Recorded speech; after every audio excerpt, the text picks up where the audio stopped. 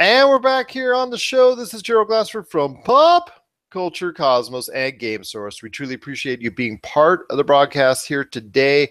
We thank you so much for listening. And oh my goodness, it's a great joy indeed because it is that time of the year again as well. I mentioned it, so many times as far as it being so much part of American culture right now, and even actually around the world is showing. It's growing by leaps and bounds. I remember playing it a little by little in the 90s, everybody getting together with their dollar bills and their $10 and putting together a pool and whatnot and picking the players. But fantasy football has now grown to such almost like a mega industry all of its own. And with all the drafts pretty much taking place right around now over the next few episodes that we're going to have on, who better to talk a little bit about fantasy football than our new guru of fantasy football, Tyler Baker of DKLegends.com, and also as well the Fantasy Football Paydirt Podcast. How are you today? I am well. I'm very well. Football season is back.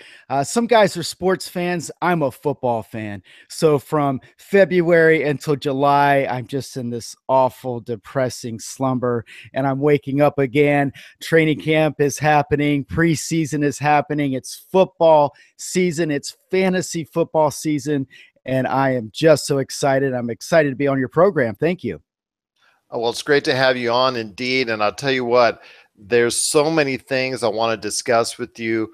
First and foremost, I think what we'll talk about is let's go over some of the top players that people need to start thinking about selecting in those early rounds that they're going to have, because they're going to have their drafts coming up very soon within the next couple of weeks, if not the next couple of weekends as well. So who are some of the top players they should focus on for their upcoming football drafts? Sure.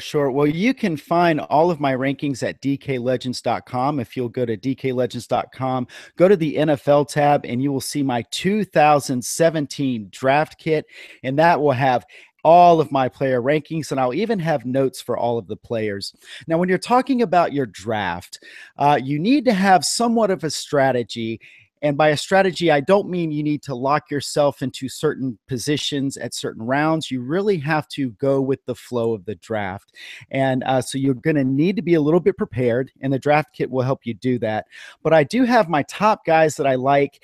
And for me, I like running backs. If you get a top running back, you are looking at every week production, and you're usually looking at a really good chance of getting touchdowns every week. And 6 points for a touchdown is huge in fantasy football. My number one running back is David Johnson. I have him above Le'Veon Bell. I think David Johnson is more durable than Le'Veon Bell. David Johnson doesn't like to smoke the weed like Le'Veon Bell does. And David Johnson is he is that offense. He is the focal point of that offense, especially with the news coming out that John Brown, a receiver for the Cardinals, his sickle cell trait, the doctors haven't been able to get that under control. So it looks like that offense is really going to run through David Johnson.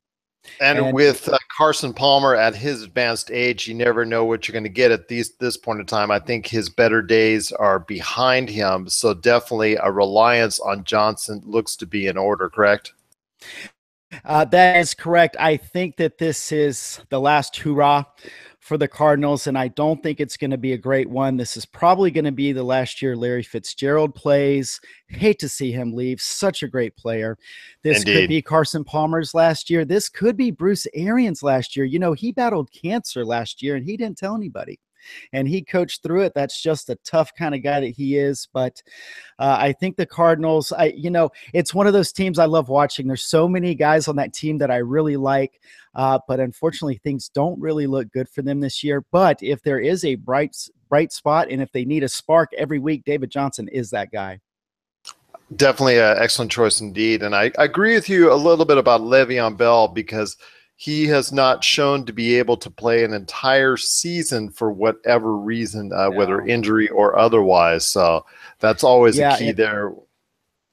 And sure, plus I think Oh, I'm I, sorry. Go I ahead. think if you're looking at week to week upside, Le'Veon Bell has higher upside week to week.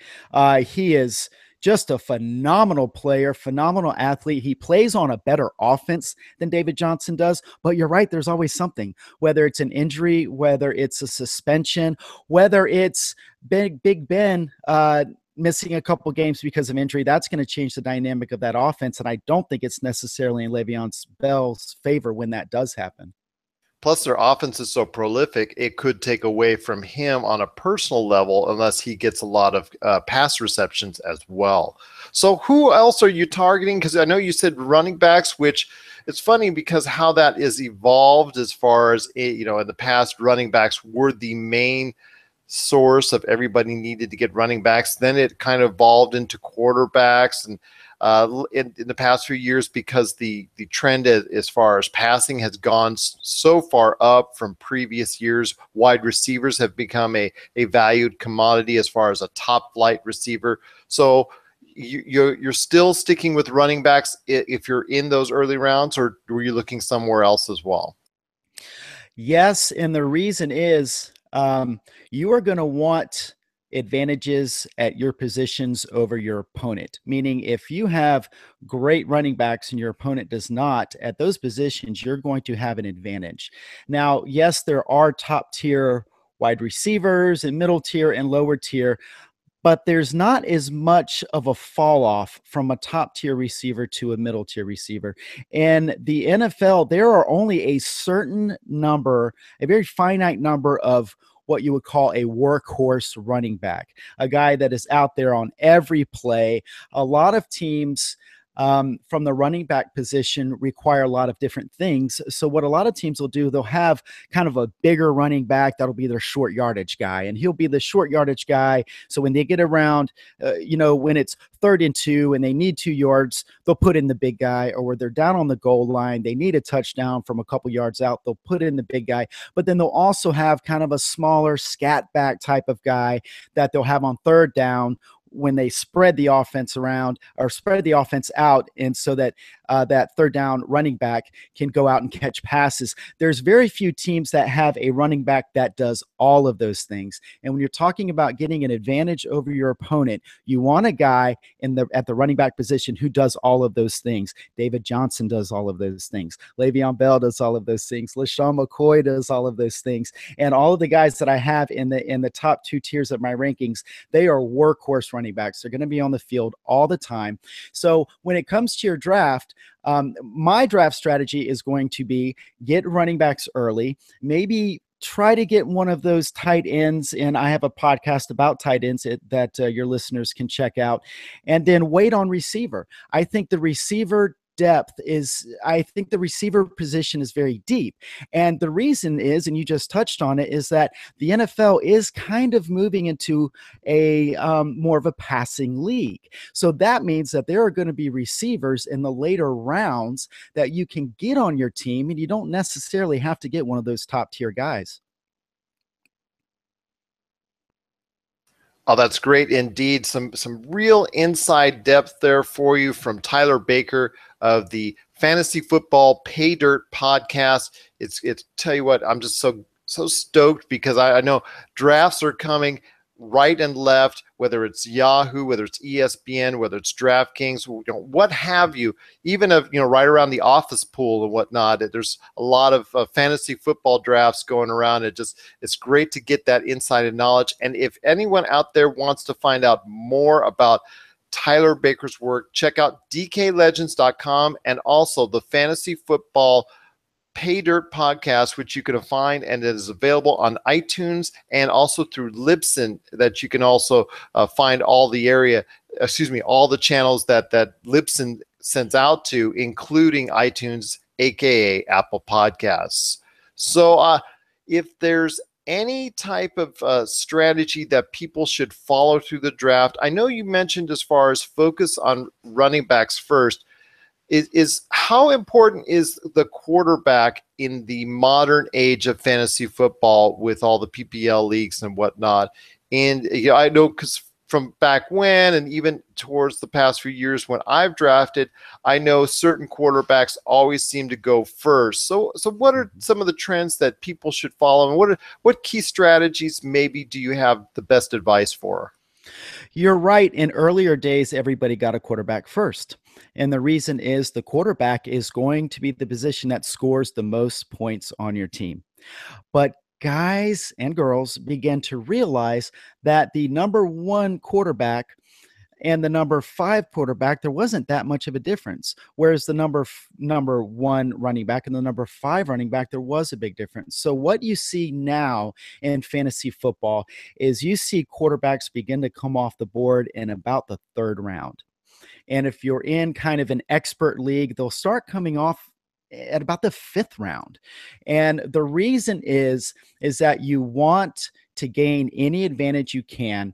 And the advantage that a early draft pick quarterback is going to give you over an opponent that has a middle draft pick quarterback. Fantasy football is about value. It's you're using your draft picks. You're trying to get as much value as you can. And there's just not a lot of value in passing up on one of the elite skill positions at running back, at wide receiver. Those elite guys are the only guys that are going to give you that elite production. I've, in my draft kit, isolated a couple quarterbacks that I think you can get late that are going to have really good production. One of those guys is Kirk Cousins. Now, I know that there's been a lot of changes in that offense, and normally that would be a little concerning, but the changes that they've made, I think, are actually going to play into Kirk Cousins' strengths, and he's playing on the 2nd year of a franchise tag. He has a lot to play for.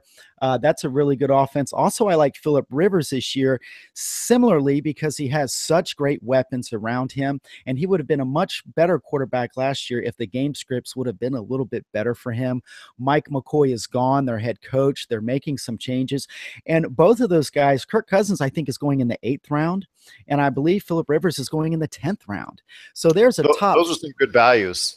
Very good values. So instead of spending a 3rd or a 4th round pick, now is Aaron Rodgers, Tom Brady, or Drew Brees going to put up better numbers than Kirk Cousins? Yeah. But are you going to get more production on a week-to-week basis from spending that 3rd or 4th round pick on a really good running back or wide receiver? I say yes. And I say that that's the better value. With Kirk Cousins as well, he is playing for a contract, most likely somewhere else, because he can no longer be franchised by the Washington Redskins, correct? No, he can be franchised, but it's going to cost them, I think, $38 million. And I don't see the owner of that particular franchise paying him that kind of money. So I think he, like we said, he probably is playing for somewhere else, and he needs to make sure he still has those stats to prove it. Otherwise, as you know, in the league, one bad season can totally turn around people's opinions as far as your future is concerned. It is a what have you done for me lately league. And I would disagree. I think Dan Snyder's charging about $12 a hot dog, and judging on that profit margin, I'm sure he could afford to pay Kirk Cousins $38 million. But you're right. I don't think he will. I just don't think he'll want to. Seeing his pattern as far as erratic, as far as spending is concerned. Yeah. He holds back some years, he splurges others, but that situation the past couple of years with Kirk Cousins has deteriorated. It's been a mess. Yeah, so I don't see him staying there for very much longer, although that could change as well. But those are some great strategies as far as who to look forward to in what rounds. Those are some great things to see indeed. Once again, it is Tyler Baker from the DKLegends.com site. You want to check out, and you can download his entire draft kit, which is now available. I'm actually looking at it on the screen here. It's available at DKLegends.com, and it has the top 100 players, I guess, at least right here, correct?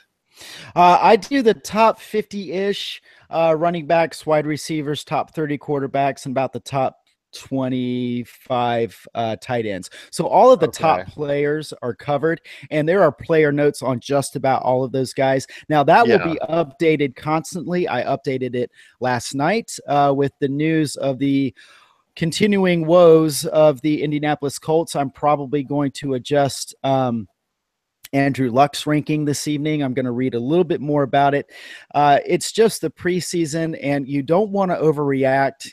And experience has taught me that a lot of these reports you can probably ignore, but some of them you can't. And when you hear that the starting center for the Indianapolis Colts is going to be out till October, that's a pretty big deal. So unfortunately, that's going to bump Andrew Luck down a little bit for me. And I will have that squared away and done with tonight. When I get news, sometimes I'll get together with some of the pros at dklegends.com and we'll talk about these things. I work with the best DFS players in the world, bar none.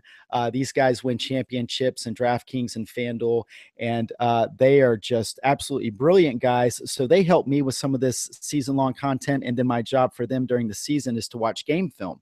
So if you listen to my podcast and if you get on dklegends.com, I'll be giving advice from the point of view of somebody who's watching every single game every week, every year, because in fantasy football, it's not just about stats, it's about the context. If you're just looking at the box scores, you're going to miss something. You need to know the context of these games, who they're playing, how these stats were accumulated. And when you gain that type of insight, it really gives you an advantage over your opponents in fantasy football. It does indeed, because as you say, matchups is not only against one fantasy team to another, it's also about the matchups themselves. Who is that player going against? Is there something you can take advantage of? That's definitely some great advice indeed. I want to ask also as well, I noticed on your draft kit, you really, really pay attention to, in great detail, also defenses and kickers. So how important is having a good defense? How important is it having a good kicker and defense to your fantasy football team? I do not think there should be kickers in fantasy football, period.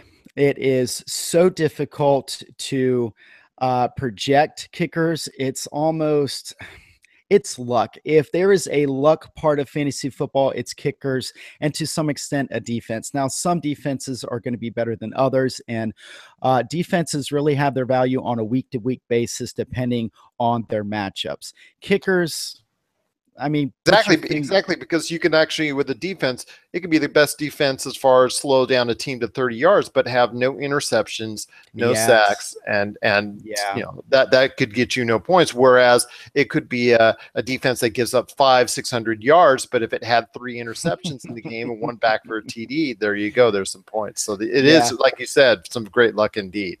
There is luck, and that's why in all of my articles that deal with draft strategy, I always tell people your last 2 picks in the draft, your second to the last pick should be a defense, and your last pick should be a kicker. I have never seen the strategy of get the best defense and get the best kicker work out. It just doesn't work like that. So that's very, very, very sound analysis, and I can see why that's the case, because it is almost like it's a crapshoot, and I guess for lack of a better term, when you're dealing with kickers and defenses. Yep. Now I want to discuss.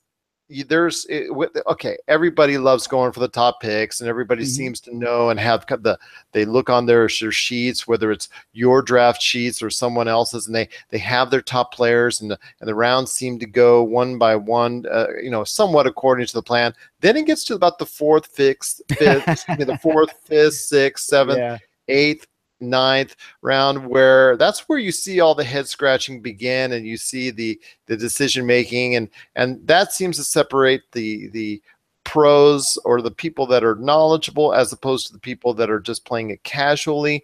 And you're like, who is this guy? Should I take him? Maybe he had a good season last year. It seems like I looked at his stats and whatnot. He seems to be okay, even though I have no clue. So what advice do you give people out there in the later rounds as the league continues to unfold in your draft? What are some of the what are some of the sleepers? Because I know everybody that plays fantasy football has their choice in sleepers. What are some good sleepers that you think might rise to the occasion in fantasy football this year?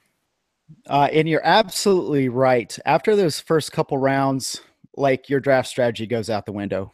That's just what happens every year. And a lot of advisory sites will give a top 300. I didn't do that because when you get into those rounds, you really need to look at the positions on your roster, and then you need to value the positions that you're light at more so than others. So it's really is a kind of a balancing, a juggling act. But I do have a article on dklegends.com, and it's the 2017 fantasy football value picks, and that is updated constantly. So what I do is there is a site that monitors all of the fantasy hosting sites like ESPN and Yahoo. They monitor those and see where guys are being drafted.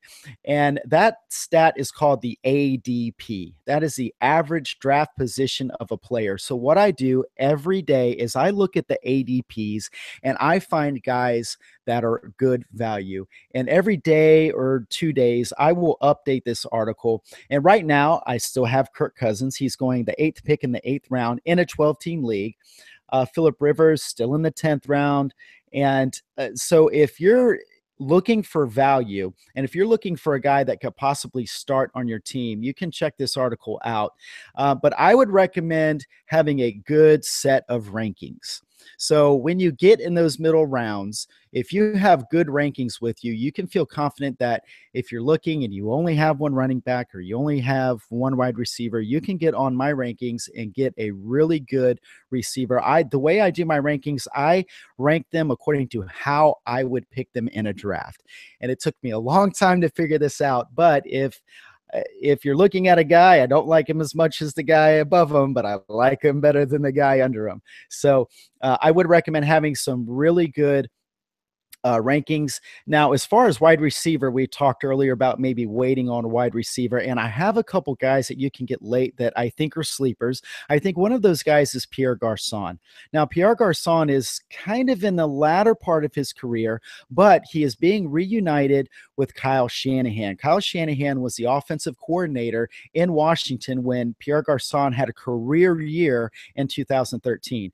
And Kyle Shanahan's offense, the X receiver or the number one receiver, the whole offense revolves around the X receiver. So that X receiver is targeted a lot. So I'm expecting now, and San Francisco is not expected to be a good team. Now, when you have a bad team, especially a team with a not so good defense, you can expect that offense is going to be throwing the ball a lot because the game scripts are going to determine that, because the 49ers are going to fall behind and they're going to have to pass a lot in order to stay in games. And that means a lot of volume and a lot of opportunity for Pierre Garçon. Right now, he is going in the 8th round. I think he's going to be a solid number 2 receiver. I think as long as he can stay healthy, he's going to have a very high floor. And by floor, I mean every week he's going to have a really nice stat line. It might not be the highest out there, but that is steady production. And he's also being married with a former Kyle Shanahan quarterback in Brian Hoyer. And watching how Brian Hoyer, he's kind of up or down, but he is familiar with this offense and he is capable of putting up good numbers. So I think in the 8th round, you are not going to find a better receiver than Pierre Garçon, especially in PPR leagues. Also, Tyrell Williams, in LA, I almost called him San Diego, for the LA Chargers. This is a guy that people just, I don't know why they're not on to him. I think the experts are. But Tyrell Williams had a very good year last year. He had over 1,000 yards, and he almost came on as the season progressed. When they lost Keenan Allen and they didn't quite know what to do with that offense, Phillip Rivers really keyed in on Tyrell Williams, and Tyrell Williams is really coming to his own. I think he is going to be the top target for Phillip Rivers this season, and he's going in the 9th round. So there's 2 guys right there. If you wanted to stack up on running back early, get a good quarterback early, maybe one of the good tight ends early, there are receivers in the later rounds that you can go get. And they're going to give you very good production at a very, very good cost. That's awesome. That's very, very sound advice indeed. And I will tell you firsthand, for on the Pierre Garcon side, like you said, with San Francisco not being a very good team, even the worst teams has to have some type of production from somewhere, and that's actually a good spot. And I know he's produced before when he was with the Saints, so it's still, even at the latter part of his career, he can still maybe pull something out of the woodwork. And like you said, they'll be throwing a lot because they will be behind a lot during the course of the season. And there is a word for that in fantasy football circles, and it's called garbage time. So even though in the context of the game itself, it doesn't matter because these teams are losing, so it's garbage time. But in fantasy, it's just about the stats. It doesn't matter who wins or who loses. It's just about the stats. And so you're right. Guys on bad teams, especially receivers and quarterbacks on bad teams, actually still have pretty good fantasy value because of the second half of those games when the team is down and they have to stay competitive, or fans are going to buy tickets. So they're going to be throwing the ball. They're going to be taking chances. So garbage time in fantasy is actually a really good thing. That is just some really, really good thoughts right there from Tyler Baker from the Fantasy Football Paydirt Podcast. You can catch it.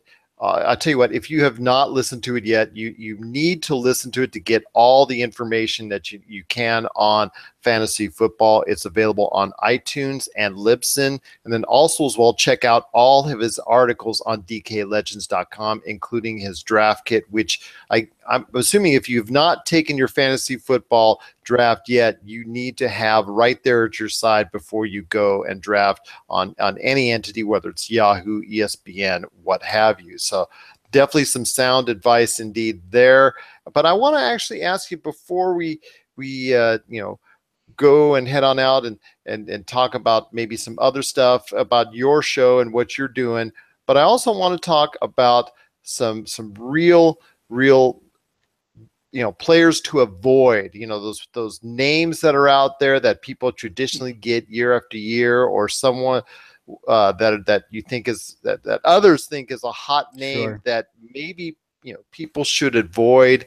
I know Ezekiel Elliott, people are avoiding now because of the possible 6-game suspension and all that. But then there's also some other players, even Rob Gronkowski. I mean, one of the greatest tight ends of the past few years, when he's healthy, is now considered by many entities to be someone to avoid because he can't stay healthy. He's too busy partying and body slamming people in the WWE. But outside of that, who are some names that people should, when they see them available in the draft, might be tempted to get, but should stay away from if they want to be successful in their fantasy football team? Sure. Well, you touched on it earlier when you said sometimes it gets to the middle rounds and guys don't know what to do. So they'll see a name that was familiar. So they'll see Adrian Peterson and think, oh my gosh, it's Adrian. I can't believe Adrian Peterson is still available. So exactly. Be careful of the big name guys. You talked about Gronk. Now, the thing about Gronk, if you get Gronk, for one, you're going to have to pay for him. Now, he's no longer a first-round guy. He's now a second-round guy, which some people see as good value. That's fine, but he played 8 games last year, and he finished at tight end 25 or 26. The thing about Gronkowski, if you get him and if you make it to the fantasy playoffs and if he is healthy, you're probably going to win your league because Gronk is just so much better than all of the other tight ends out there. But you're talking about a guy that's had chronic back problems, and tight ends, they do a lot of blocking. They catch passes over the middle. And when you catch passes over the middle of the field, you're getting hit from multiple angles by big angry linebackers. And so the tight end position is a very difficult position. And you're right, he does party a lot. Now I've read reports where this offseason he's used Tom Brady's body coach, and Tom Brady's done a very good job of taking care of his body throughout his NFL career. That's why he can be at the age that he's at and still be one of the best quarterbacks in the league. So I don't know how seriously he has taken that. I don't know Rob Gronkowski, so I'm going to take that report with a grain of salt. So there's definitely a lot of risk with Rob Gronkowski. Jordan Reed is another one. I just wrote a report about Jordan Reed. He has got a foot issue. And when you're talking about tight ends and wide receivers, you don't want foot issues. Those guys have to sprint downfield and make very precise cuts. And they're doing that off of their toes and the ball of their feet. So toe and foot problems for receivers are absolutely devastating. So I am very much avoiding Jordan Reed. And there is a big name guy that I just have to address, and his name is Christian McCaffrey. Now, in fantasy football, everybody wants the shiny new rookie coming up from college that was such a stud. Well, a couple of things here. One, every guy that makes it to the NFL was a stud in college. And Christian McCaffrey, I watched his film. I think he is a great player. I don't think he is going to be dominant at the NFL game the way that he was in college. And there's a couple of reasons why. He has phenomenal quickness. And by quickness, I mean he can change directions very quickly. He can juke guys. He can make guys miss. And he is very fast, but he doesn't have acceleration. He doesn't have good acceleration. So he might be fast, but it takes him quite a while to get up to that top speed. And that is not going to work in the NFL. You have linebackers that are very fast. You have defensive linemen that are very fast. And the between the tackles running up the middle of the field success that McCaffrey had in college is not going to transfer into the pros. Now, I do think McCaffrey, because of his quickness and he has very good hands, he's very good at catching the ball. I think he's going to be a good receiving target in that offense, but he is not going to come into the league and just take over the way that he did in college. And people are drafting him in the third round. He is not a third round pick. And if you disagree, and if you want to take him in the third round, and if you want to be the guy that got the bright, shiny rookie, I think he's going to put you at a disadvantage. He's more of a fifth, sixth round pick. And I do also want to note that his bench presses at the combine, he benched 10 times. And at the combine, they benched 225 pounds. He only did it 10 times. That is not very good. And that might account for his lack of acceleration, just a lack of strength. But a lot of people watch ESPN. And this is a guy who has the NFL pedigree. His dad was Ed McCaffrey. I remember watching Ed McCaffrey play. He was awesome. And so people have latched onto him, and it is more of a there's more of a persona than there is actually football player there. So I am not going to own Christian McCaffrey. I'm not going to own Brandon Cooks. Brandon Cooks is an excellent receiver. He's now with the New England Patriots. They run a great offense, and I think that Brandon Cooks does some things that no other receiver can do. And I think Bill Belichick, the coach of the New England Patriots, understands that he can use Brandon Cooks and his speed to occupy a corner and a safety on just about every play he runs routes on. Well, New England's bread and butter is in the middle of the field, to the Gronkowskis, to the Julian Edelmans, to the smaller guys that can get open, the running backs coming out of the backfield. Plus, Tom Brady, in his advanced age, does not have a strong arm. So he's not going to be throwing long passes. So people are looking at the production that Brandon Cooks had in New Orleans. A lot of that production was on 9 routes or just running straight up the field. Tom Brady is not going to connect on those passes. So I think that there are some games where Brandon Cooks is going to be absolutely amazing, and he could be a good DFS play. But on a week-to-week production, I think Brandon Cooks, and a lot of times, is going to be a chest piece for Bill Belichick to use to dictate to defenses what they do. So there are a couple guys that are going really, really high that I am just avoiding, and you can find those. I have on DKLegends.com, I have the 2017 Fantasy Football Players to Avoid, and that will continuously be updated as well throughout the preseason. Also, as well, when you consider that the New England offense seems to diversify as well so much to a myriad of receivers than reliance of just one. Even Gronkowski, in his greatest years, there was still so many other receivers getting a lot of attention as well, that it was really hard to focus in on one key receiver or even running back for the team as far as to follow. So whenever it comes to New England, slot players, wide receivers, running backs, that they're always a tough choice if you pick them early in the rounds because of the fact that the New England offense seems to diversify so much. Absolutely. And I think that's another knock on Gronkowski this year because they know they want to keep him healthy. So they're not going to ask him to catch 10 balls a game. The presence of Gronkowski on the field for 16 games outweighs the production that you would get out of him in 8 games, at least from a rational coaching point of view. So, and you're right, there are so many other weapons there that even if Gronk does stay healthy for 16 games, I don't think that they're going to need to rely on him. I don't think that they're going to rely on him for that production that maybe you've seen in years past because they have so many weapons. That team is an embarrassment of riches. It really is. I think they're the best team in football, but for fantasy purposes, they are a very hard team to gauge because they will beat teams in so many different ways. And Bill Belichick is such a genius that he can pretty much he makes it look easy. So if a defense shuts down a couple guys, he's got a couple other guys to go to. He's just a genius.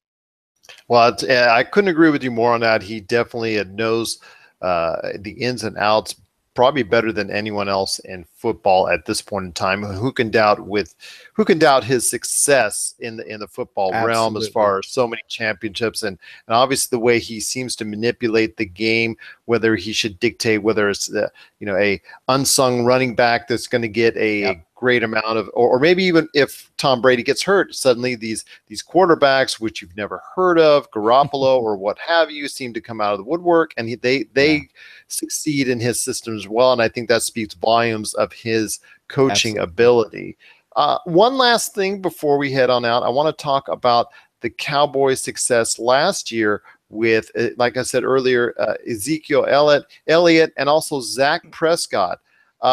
They had tremendous performances last year. And when it comes to maybe seeing them high up, we obviously with Elliott, we see why he's not going to be as high as a choice as many would like, or many was hoping that he would be. But also Dak Prescott, having such an outstanding rookie season, maybe some people are trying to not be a little bit wary of avoiding him and whatnot because of the fact that in his second season, maybe teams will start to figure him out. Well, that team last year, the success, I think, was because of that offensive line. Now, not to take away from Ezekiel Elliott, he is a very good running back, and I think he would have been a good running back no matter what team he went to. But he went to a team that had one of the best offensive lines in football. Now, that line has changed a little bit. Their starting right tackle and their starting right guard are gone.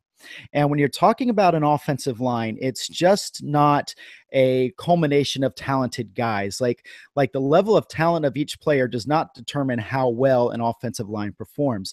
There is a lot of value in chemistry. There's a lot of value in trust. So the best offensive lines in the league have played together for a while because defenses will throw everything at an offensive line.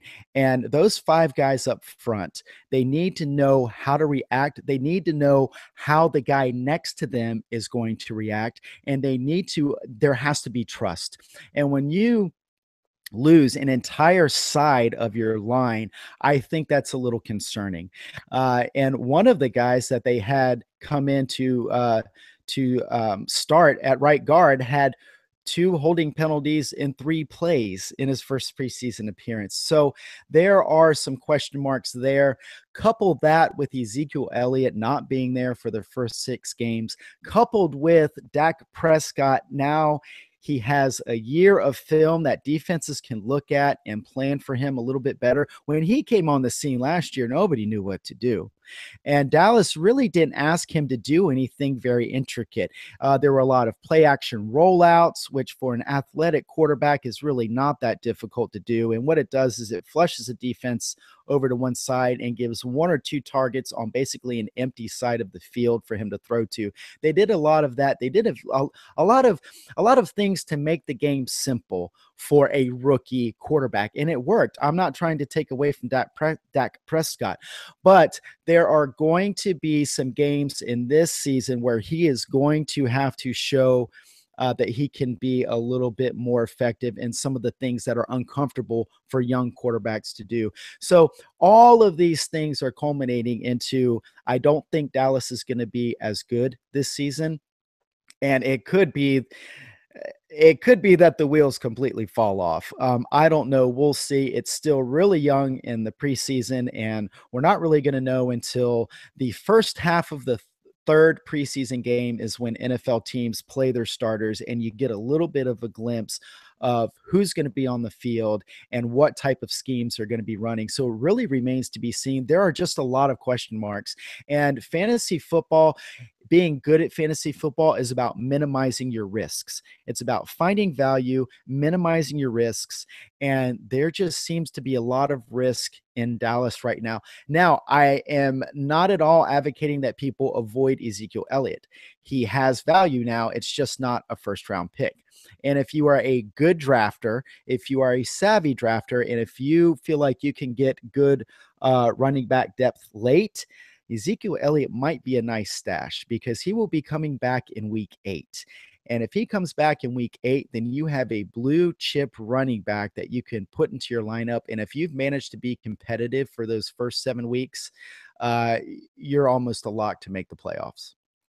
That's definitely some sound advice and some great insight provided by Tyler Baker of the Fantasy Football Paydirt Podcast and also DKLegends.com. And before we head out, is there anything else you want to tell people exactly where they can get all your great information and also the great updates? And basically, how much are you planning to update during the course of the next few weeks and also the season as well?